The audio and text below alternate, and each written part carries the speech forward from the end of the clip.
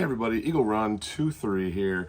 We have quite a bit to talk about with 8.6 Blackout. This is my suppressed 16-inch 8.6 Blackout with the tracked optic on it. This is the gun that's been on the channel for a very long time, coming up on about a year and a half. It's been a staple on the channel and it's been running flawlessly. We had quite a few problems early on just getting everything dialed, but it's been running great for probably a year now. Previously, it had that beautiful Fusion Thermal Avenger on it. So I did have to send the Fusion Thermal back. Hopefully I'll be getting a different unit next year. But for now, we've got the LPVO from Tracked on here and I really like it. The other day we threw together an 80% lower. Thankfully we got our pistol braces back so that we could run our 12-inch barrel. So that's where this thing came along, and it is an Aero Precision upper, an Aero Precision handguard, and I just threw a Bushnell red dot on it so we'd have something to look down. If you notice here on the end, and I'll throw in a picture for you, but here on the end we have some pretty good damage. We're going to talk more about that damage here in just a second. Enter this guy. Playing around on Twitter, and I put a post up that said 25 likes and I'll load this up with 8.6 Blackout and let it eat. And that post had about 300 or 400 likes on it. So I loaded this up, headed to the range. This wasn't even out of the box yet when I posted that, and I did not foresee all of the problems I was going to have trying to run this in 8.6 Blackout. So let me bring you in close. We need to talk about some ammunition, and then we're going to talk about some build problems with 8.6, and we'll finish talking about this. All right, welcome to the workbench. It's an absolute disaster. We're going to get it cleaned up. Let me tell you what we got going on here. First, we need to talk about this ammunition. We have some beautiful Varog brass from Milford Munitions, and Milford is actually the ones who sent this to me, but they had quite a bit of help. I've been blessed to be able to work with several ammo manufacturers in this 8.6 Blackout world, and so far, so good. They're all doing a very good job. They have quality in mind when they're making their ammo and sending it out. There's a company that I have not reviewed their ammo yet, but they were a part of the load development for this round because these are 250 grain projectiles. Milford reached out as they want to partner with the channel on a series of videos, some of which we've shot and you've already seen, some of which you have not seen yet. But the main problem for shooting those is just having ammunition for 8.6 Blackout.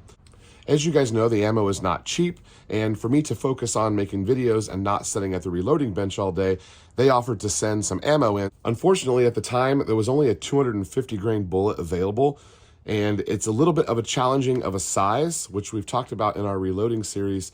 The 250 is tough. It's a bit on the heavy side for supersonic, and it's definitely too light for subsonic. Now you can load them however you want, but for us, that's been our experience. So I have over 1,000 rounds of these 250s, and they've shot really well. Now the load development was done from a company called Texas Cartridge that is down in the Houston area, and they worked with a company who is sending us some ammo that we haven't gotten yet, but we'll do a review on it when it comes in, and that is Howlworks, that is over in Fort Worth. Two great guys. I met both of them at the gun show a couple of weeks ago. Great guys, and they helped Milford Munition get this dialed in and get it sent over to us. So now we have quite a bit of ammo to play with, which you saw me try to do the mag dump, and we're going to do some velocity testing. We're going to do all sorts of testing with this stuff. There'll be some subsonics coming in from them as well. Just excited to continue to push 8.6 Blackout. So in order to do some testing, we had to get together some test mules to work with.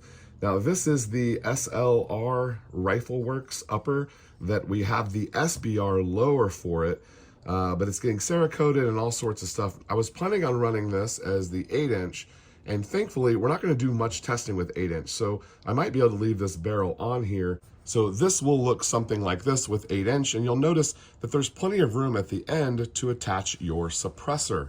The plan for the 8-inch is 100% subsonic all the time, and I would like for that to be my main hunting rig. Now enter the 12-inch barrel. This is the optimal length, basically the length that the round was designed for. And here we have a 12-inch from Aikens, which we have done a little bit of testing on, but I had to rip it off because of a gas block issue. I'll spare you my issues with the gas block, but the gas journals for the Faxon and for the Aikens are different. And so I can't switch gas blocks in between them. And it looks like that other one is no good. We might talk about that in another video. I needed to get some 12-inch, and so I had to switch back over to the Faxon, and I went ahead and put together a little 80%er and threw our beloved pistol braces back on. Excited to have those back. That makes a lot of this a whole lot easier. As a side note, I really do think getting pistol braces back is only going to help the 8.6 Blackout. So if you'll notice here on the end, the Aero Precision upper is just a little bit too long. I believe this is a 13-inch handguard, and when you're mating that with a 12-inch barrel, you have exactly what you think, about an inch or an inch and a half of overhang. Now, when I put this together, I knew that it wasn't ideal, but I did not know the catastrophic damage that it was going to cause. The reason this arrow wasn't being run is because I didn't have a barrel length that worked with it. I kind of considered having Mostech or someone make a custom length barrel, but most people are going to be sticking with the 12s and the 16s and the 8s that are readily available, and so I didn't want to have something totally different than what everybody else has. The muzzle blast out of our tanker here was pretty wild. I decided I wanted to shoot the 12-inch supersonic unsuppressed. I wanted to see how it would cycle these rounds, and it ran flawlessly. We were able to do 10 and 20 round mag dumps, just one after the next, and everything worked out really great. So this gun shot around 40 rounds, and this is what happened to it there at the end. Not really a big deal. We can figure out how we're gonna fix this or not run this handguard at all. I am considering maybe hitting this with a Dremel or a hacksaw and coming in maybe right in between where those brakes are. Maybe I can leave the top here and remove a little bit of material in there, and maybe a suppressor would work with this handguard again if it was shortened, and I could maybe retain some of the front Picatinny rail up here, although that's not super important. Might be kind of nice. It was super fun to run a red dot on 8.6 and just blast away. It's not something we typically do with 8.6 Blackout. Normally we're shooting them for accuracy or in a hunting situation and not just dumping round after round. Definitely had a great time at the range, and it was fun to answer a lot of questions from the range people there that were wondering what the heck I was doing. I did shoot some of the rounds supersonic through a suppressor, and of course it muffled it quite a bit, and it did take away some of the recoil. You can still shoot supersonics through a suppressor, you're just not getting that silent operation. Okay, so let's talk about this. So far, the people who own this website that you're watching this on, with the initials Y and a T, they are not big fans of these, and so I've already run into quite a bit of issues saying the words and showing the pictures. There's a short that did really well, and there's another short that they didn't show to anyone, and they're basically the same video, so I can tell that I'm being messed with a little bit. But for the most part, we have an alignment issue from here, and I know this is designed for 308, but so are the PMags that I'm running, and so there's something about the follower in here that is not allowing the rounds to be ramped up properly. They're actually coming into contact right here on the edge of where the chamber starts. So they're not making it in. So the angle is such that they're coming in and they're actually hitting right there on the edge of the barrel extension and not able to get funneled into the chamber. A little bit of an odd situation, but I did try. We were able to shoot a few rounds through this, and as a consolation, I did go ahead and blow 50 or 60 rounds through a couple of PMags. The handguard was not hot. I didn't feel it with my hand.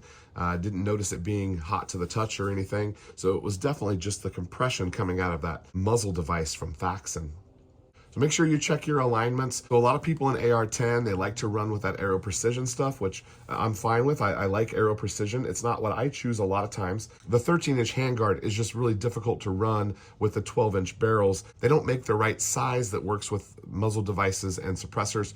You'd have to go quite a bit shorter. Lots of 8.6 coming ahead. Make sure you're subscribed. Make sure you also are following Eagle Reloads. Most of the technical discussions, reloading, caliber-specific stuff with 8.6 will be on Eagle Reloads, but some of the more general stuff that has a wider appeal will be on Eagle Run. That will remain on this channel. All right, guys, I gotta get cleaned up. We'll see you guys next time. Thanks for watching.